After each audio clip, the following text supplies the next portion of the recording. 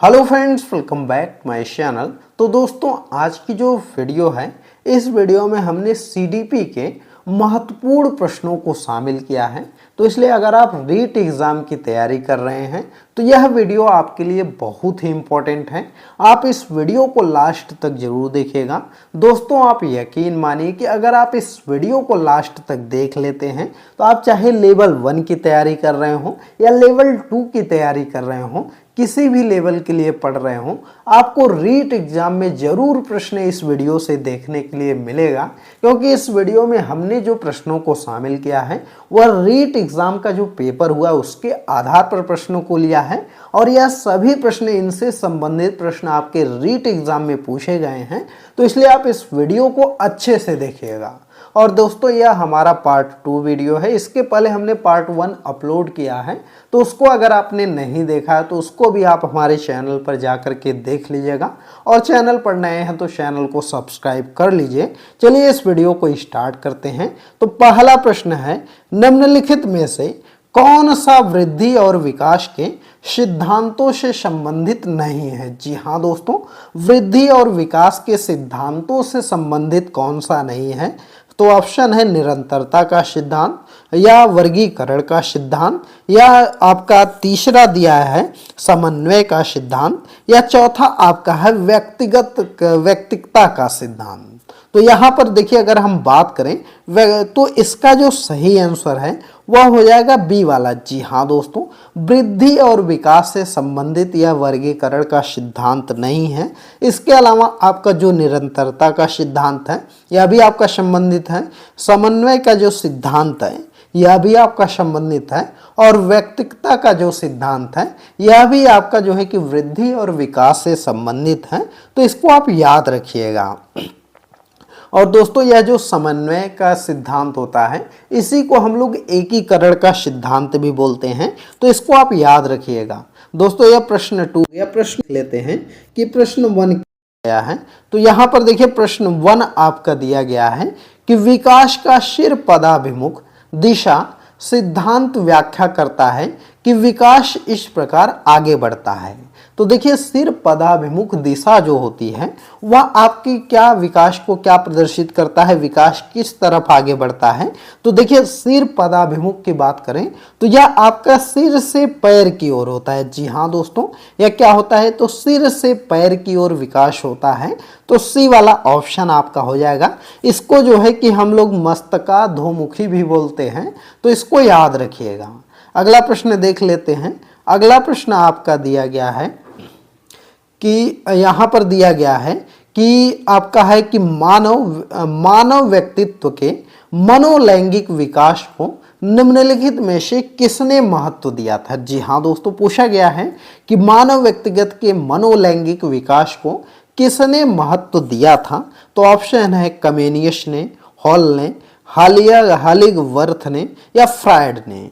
तो देखिए, अगर हम इसका सही आंसर की बात करें तो इसका जो सही आंसर आपका हो जाएगा वह क्या हो जाएगा? तो वह हो जाएगा फ्रायड ने। जी हाँ दोस्तों, मानव व्यक्तित्व के मनोलैंगिक विकास का जो महत्व के बारे में बताया था वह आपके किन्होंने दिया था? तो वह फ्रायड ने दिया था। तो इनको आप याद रखिएगा। फ्रायड ने जो है कि मनोलैंगिक विकास के संदर्भ को मुख्य रूप से 5 भागों में उल्लेखित किया था, जो कि निम्न है, आप याद रखिएगा। एक तो उन्होंने कहा था मुखीय अवस्था, दूसरा गुदीय अवस्था, तीसरा लैंगिक अवस्था, चौथा अदृश्य अवस्था, और पांचवा जो है वह जननेंद्रिय अवस्था। तो इसको आप याद रखिएगा। चलिए अगला प्रश्न देखते हैं। अगला प्रश्न आपका है कि निम्न में से कौन सा विकास का सिद्धांत नहीं है? जी हाँ दोस्तों, पूछा गया है कि इनमें से विकास का सिद्धांत कौन सा नहीं है। तो अनुकूलित प्रत्यावर्तन का सिद्धांत, या निरंतर विकास का सिद्धांत, या परस्पर संबंध का सिद्धांत, या समान प्रतिमान का सिद्धांत। तो देखिए, अगर हम बात करें तो जो अनुकूलित प्रत्यावर्तन का सिद्धांत है यह आपका निरंतर विकास का सिद्धांत नहीं है। इसके अलावा आपका जो है वह आपका सभी जो है कि विकास का सिद्धांत है। तो इसको आप याद रखिएगा। ए वाला ऑप्शन आपका सही हो जाएगा। अगला प्रश्न देख लेते हैं। अगला प्रश्न आपका दिया गया है कि विकास कभी ना समाप्त होने वाली प्रक्रिया है। यह विचार किससे संबंधित है? तो देखिए, अगर हम बात करें तो जो विकास होता है यह कभी भी समाप्त होने वाली प्रक्रिया नहीं है। यह जो विचार है यह आपका जो संबंधित है वह निरंतरता के सिद्धांत से संबंधित है। जी हाँ दोस्तों, निरंतरता के सिद्धांत से यह संबंधित है। तो इसको आप याद रखिएगा, क्योंकि जो विकास आपका होता है यह जन्म से लेकर मृत्यु तक होता है। तो इसको आप याद रखेंगे दोस्तों। यह सभी प्रश्न आपके एग्जाम के पॉइंट ऑफ व्यू से बहुत ही इंपॉर्टेंट हैं, इनको आप अच्छे से जरूर पढ़ लीजिएगा।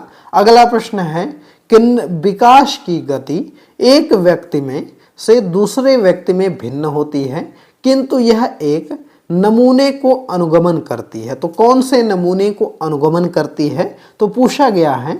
तो देखिए, अगर हम इसमें बात करें तो ऑप्शन है एड़ी से चोटी नमूने की, कि आपका अव्यवस्थित नमूने की, या अप्रत्याशित नमूने की, या अव्यवस्थित नमूने की, या क्रमबद्ध और व्यवस्थित नमूने की। तो देखिए, इसका जो सही आंसर आपका हो जाएगा वह आपका ऑप्शन नंबर जो है कि डी हो जाएगा। क्रमबद्ध और व्यवस्थित तरीके नमूने की जो है वह अनुगमन करता है। तो इसको याद रखेंगे। जी हाँ दोस्तों, इसको आप याद रखिएगा, क्योंकि विकास की जो गति होती है एक दूसरे से हमेशा भिन्न होती है, और जो है कि यह क्रमबद्ध और व्यवस्थित नमूने का अनुगमन करती है। तो इस चीज को याद रखेंगे। अगला प्रश्न आपका है कि निम्नलिखित में से कौन सा विकास का सिद्धांत है? जी हाँ दोस्तों, पूछा गया है कि इनमें से विकास का सिद्धांत कौन सा है कि यह निरंतर चलने वाली प्रक्रिया नहीं है। विकास सभी प्रक्रियाएं अंतः संबंधित होती हैं, अंतः संबंधित नहीं हैं। सभी की विकास दर समान नहीं है, या विकास हमेशा रेखीय होता है।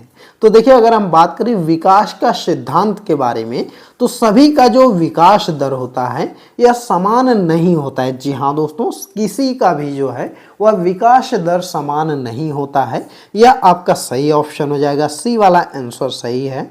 अगला प्रश्न है कि दिया गया है कि सेफेलोकॉर्डियल प्रवृत्ति के सिद्धांत के अनुसार शारीरिक विकास होता है।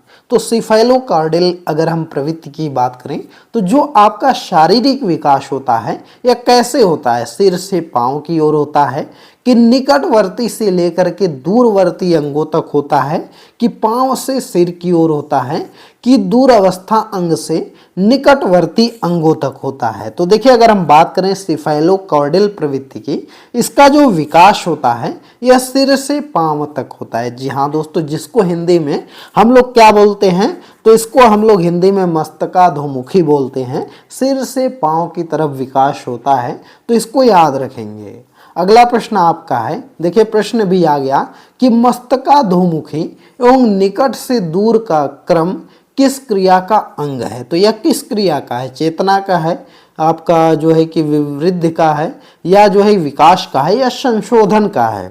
तो देखिए, इसका तो आंसर आप जानते ही हैं कि यह जो आपका है वह विकास से संबंधित है। जी हाँ दोस्तों, मस्तकाधोमुखी और जो है कि निकट से दूर का जो क्रम है यह आपका विकास से संबंधित है। तो इसको याद रखिएगा। अगला प्रश्न आपका दिया गया है कि बालक के शारीरिक व क्रियात्मक विकास की दिशा होती है।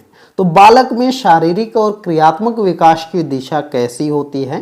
तो ऑप्शन है सिर से पैर तथा शरीर के बाहर से मध्य की ओर। यह बिल्कुल गलत है दोस्तों। सिर से पैर की तरफ तो होती है, लेकिन बाहर से मध्य की तरफ नहीं होती है, मध्य से बाहर की तरफ होती है। तो यह गलत है। अगला है, इसमें सिर से पैर की तरफ तथा शरीर के मध्य से बाहर की तरफ। बिल्कुल सही है दोस्तों।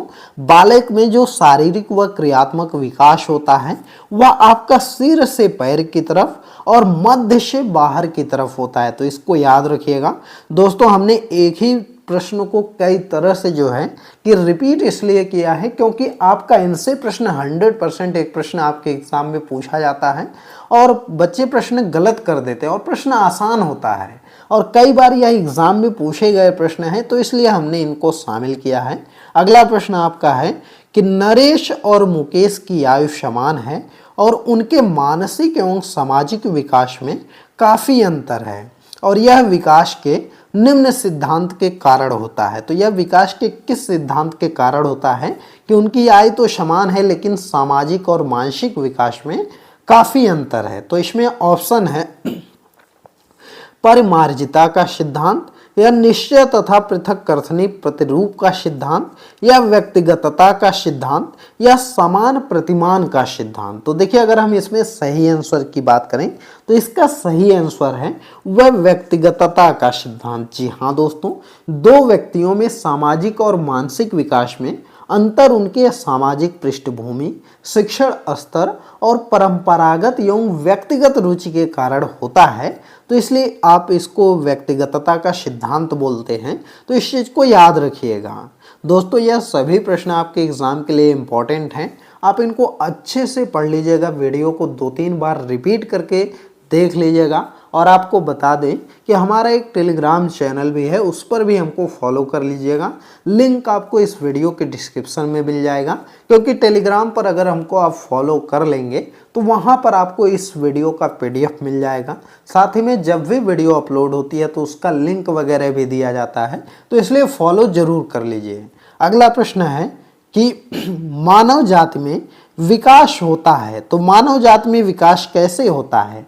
किशोरावस्था के अंत तक, या बाल्यावस्था के अंत तक, कि या प्रौढ़ावस्था के प्रारंभ तक, या जीवन पर्यंत? तो आप लोग जानते हैं कि जो विकास की प्रक्रिया है यह जीवन पर्यंत चलती है, तो इसलिए डी वाला ऑप्शन आपका सही हो जाएगा। अगला प्रश्न है कि निम्न में से विकास का कौन सा सिद्धांत गलत है? तो विकास का अगर हम सिद्धांत गलत की बात करें तो पहला है विकास में वैदिक विभिन्नता होती है। तो यह बिल्कुल सही है दोस्तों कि विकास जो होता है यह व्यक्तिगत विभिन्नता होती है। अगला है विकास संयोगों का परिणाम है। तो यह गलत है दोस्तों कि विकास जो होता है यह संयोगों का परिणाम नहीं होता है, बल्कि वंशानुक्रम एवं वातावरण के अंतःक्रिया का परिणाम होता है। तो इसलिए बी वाला ऑप्शन सही होगा, क्योंकि गलत ऑप्शन ही आपसे पूछा गया था, तो बी वाला ऑप्शन सही हो जाएगा। अगला प्रश्न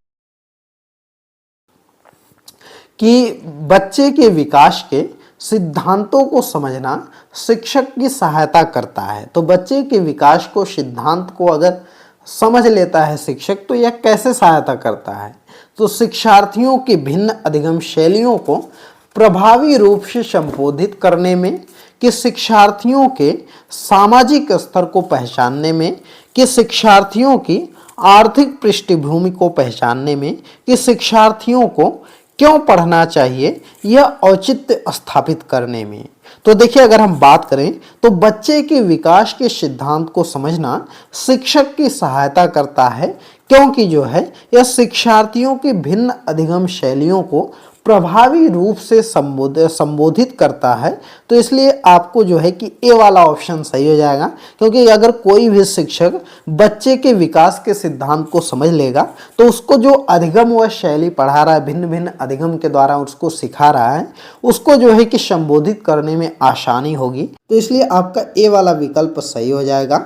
चलिए अगला प्रश्न देखते हैं। अगला प्रश्न आपका दिया गया है कि यहाँ पर छात्रों में अच्छे नागरिकों के गुण कैसे समाहित किए जा सकते हैं? जी हाँ दोस्तों, पूछा गया है कि छात्रों में अच्छे नागरिक के गुण कैसे समाहित किए जा सकते हैं। उन्हें अच्छी नागरिकता पर भाषण देकर, उन्हें राष्ट्रीय नायकों से परिचित कराकर, या उन्हें कतिपय सामुदायिक सेवा कार्य आवंटित करके, कि उन्हें भारतीय संविधान से परिचय कराकर। तो देखिए अगर हम बात करें तो छात्रों में अच्छे नागरिक के गुण जो हैं वह आपके समाहित किए जा सकते हैं। कैसे किए जा सकते हैं आप लोग जल्दी से कमेंट करके बताइए। तो चलिए हम इसका आंसर बता देते हैं। तो इसका जो सही आंसर है वह आपका है कि उन्हें राष्ट्रीय नायकों से परिचित कराकर। जी हाँ दोस्तों, जब हम राष्ट्रीय नायकों से परिचित कर गुण वगैरह हैं वह बच्चे अच्छे से समझेंगे।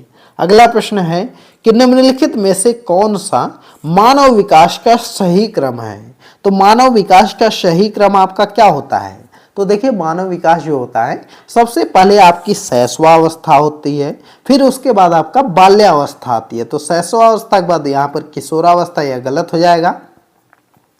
इसमें देखिए पहले शैशवावस्था आएगी, फिर आपका जो है कि बाल्यावस्था आएगी, फिर उसके बाद किशोरावस्था आएगी, फिर प्रौढ़ावस्था आएगी। तो बी वाला ऑप्शन सही है और यही इसका आंसर हो जाएगा। अगला प्रश्न आपका दिया गया है कि 6 से 11 छात्रों की आवश्यकता है। तो 6 से 11 वर्ष आयु वर्ग के छात्रों की आवश्यकता क्या है? कक्षा कक्ष में प्रजातांत्रिक वातावरण की, या सीखने में स्वायत्तता की, या क्रिया आधारित अंतःक्रिया अधिगम की, कि उपरोक्त सभी की। तो देखिए 6 से 11 वर्ष का जो बालक होता है उसकी क्या आवश्यकता होती है? तो उसकी आवश्यकता होती है जो है कि कक्षा कक्ष में जो है वह प्रजातांत्रिक वातावरण भी रहे, सीखने में स्वायत्तता भी रहे और क्रिया आधारित अंतःक्रियात्मक अधिगम भी रहे। तो इसलिए डी वाला विकल्प सही हो जाएगा, उपरोक्त सभी। अगला प्रश्न आपका है कि एक बच्चा ईर्ष्या का प्रदर्शन करता है। कब बच्चा जो है ईर्ष्या का प्रदर्शन करेगा? 6 माह की आयु में, 12 माह की आयु में, 18 माह की आयु में, या 24 माह की आयु में।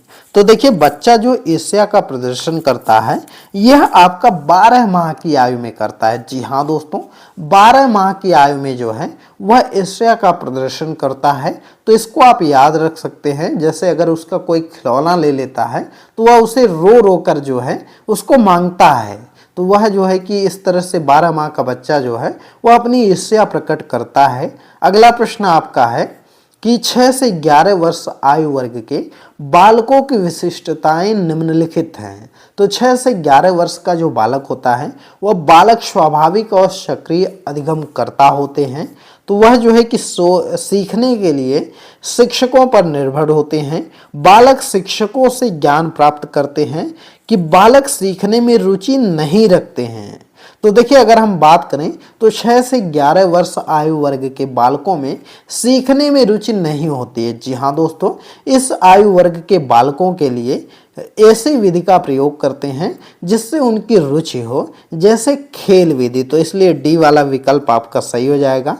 अगला प्रश्न आपका है कि 6 या 7 वर्ष का बालक दूसरों के विचारों को स्वीकार करने के लिए योग्य नहीं होता है। जी हाँ दोस्तों, ऑप्शन दिया गया है क्योंकि वह बहुत छोटा होता है, क्योंकि वह अहम केंद्रित होता है, क्योंकि वह बुद्धिमान नहीं होता है, क्योंकि वह कल्पनाशील होता है।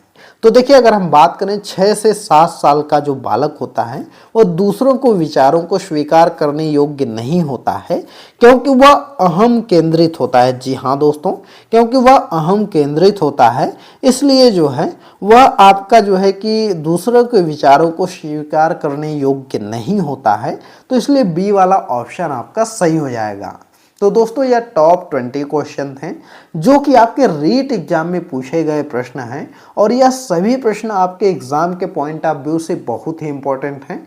अगर आप रीट एग्जाम लेवल 1 या लेवल 2 की तैयारी कर रहे हैं तो आप इस वीडियो को अच्छे से देख लीजिएगा।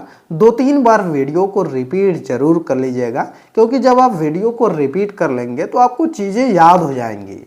और आप कोशिश करिए कि आप एक नोट बना लीजिए और उस पर लिखते भी चलिए, जिससे कि आपको बाद में रिवीजन करने में वीडियो ना देखना पड़े। सिर्फ जो है कि आप कॉपी का पेज पलटेंगे और आपकी पूरी तैयारी का रिवीजन हो जाएगा। तो इसलिए आप उसको नोट डाउन जरूर करिए। और दोस्तों आपको बता दें कि आप हमारे चैनल को फॉलो जरूर कर लीजिए, सब्सक्राइब कर लीजिए, क्योंकि हम इस चैनल पर डेली आपको वीडियो लेकर के आएंगे और सभी सब्जेक्ट आपका एग्ज़ाम तक कवर करा देंगे। तो इसलिए हमको फॉलो ज़रूर करिए। और हमारा एक टेलीग्राम चैनल भी है जिसका कि लिंक इस वीडियो के डिस्क्रिप्शन में है, और वहाँ पर भी जाकर के फॉलो कर लीजिए, क्योंकि जो टेलीग्राम चैनल है उस पर आपको इस वीडियो का लिंक भी दिया जाता है जब वीडियो अपलोड होती है। साथ ही में जो है कि जो चीज़ पढ़ाते हैं उसका PDF भी वहाँ पर प्रोवाइड करते हैं। तो इसलिए हमको फॉलो वहाँ पर ज़रूर करिए। चलिए दोस्तों इस वीडियो को स्टॉप करते हैं। या वीडियो आपको कैसी लगी कमेंट करके बताइएगा, और वीडियो पसंद आई हो तो वीडियो को लाइक करिए, ज़्यादा से ज़्यादा शेयर करिए।